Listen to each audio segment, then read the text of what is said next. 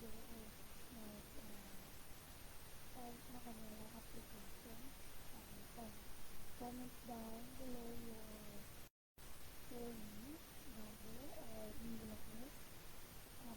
Our team will contact you for answer your inquiry.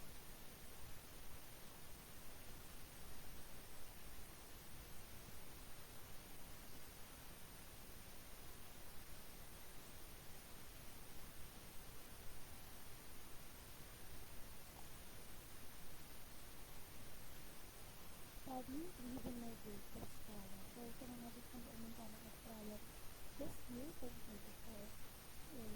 Ito na po yung chance to join or mag-start namin, or ito na po yung time niyo start your application as a student visa.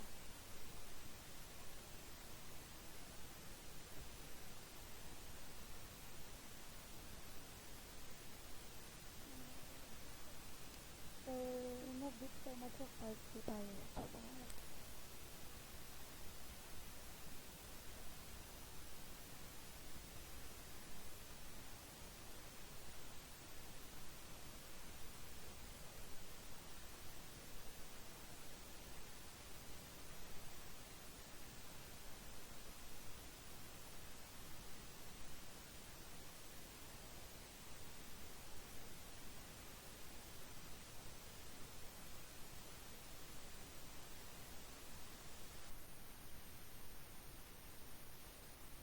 So, start na po tayo ng ating at Bilad seminar. Study leave and migrate to Australia. Why Australia? So, we have 4 factors why you should consider migrating to Australia. Number 1, let's see the best country to live. Better job prospects, healthier food, listed one of the highest salaries. So, here, apat na factors lang ang kinuha namin why you should consider migrating to Australia. So, again po, naka-show sa screen kung bakit mag-consider na kayo mag-migrate to Australia. So, here are the 4 best features of Australia. So, one of the best countries in the world. So, number 3, country with the highest average salaries. Number 7, best country in the world. Number 9, best place for family.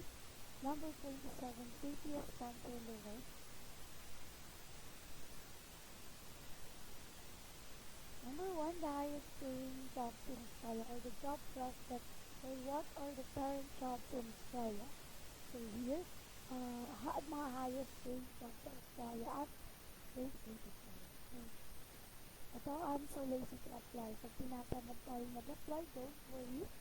We are recommending you guys to www.linkedin.com. Dito pwede po tayo mag-apply ng trabaho. Hindi natin kailangan pumunta pa physical appearance kailangan sa company or sa agency sa Australia. Here you can apply kahit nasa bahay lang kayo, nasa school. Pwede po kayo mag-apply sa www.linkedin.com. So how do I find a job?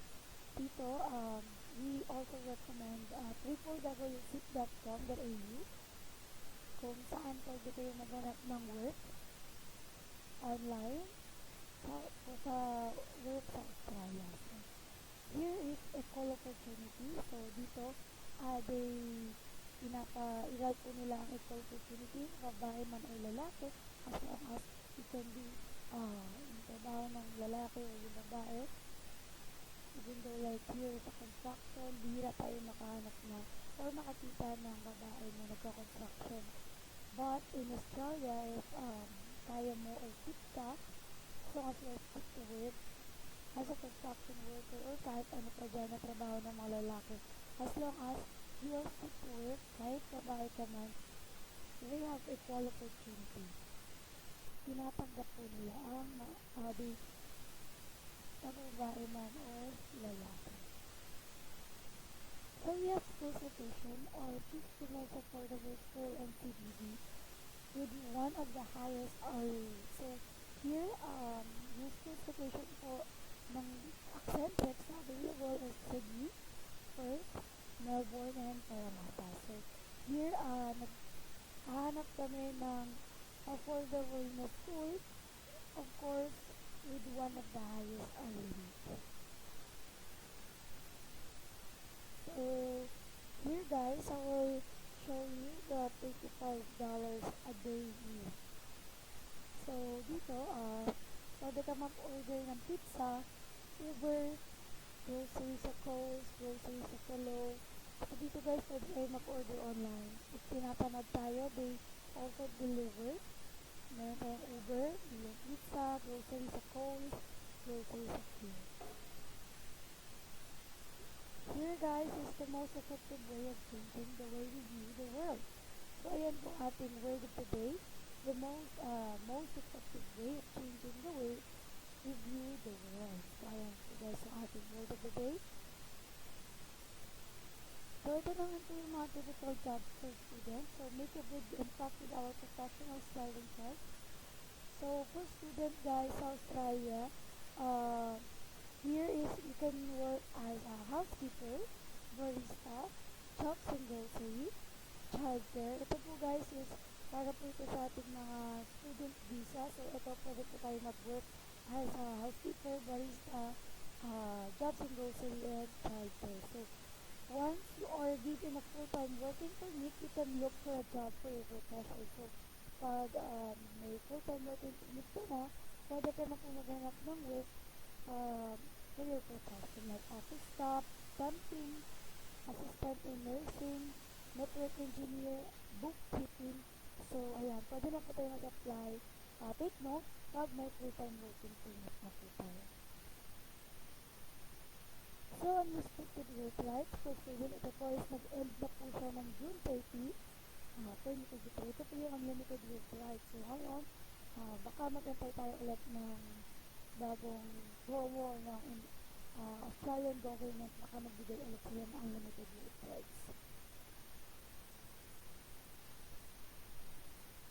So, you must have sufficient funds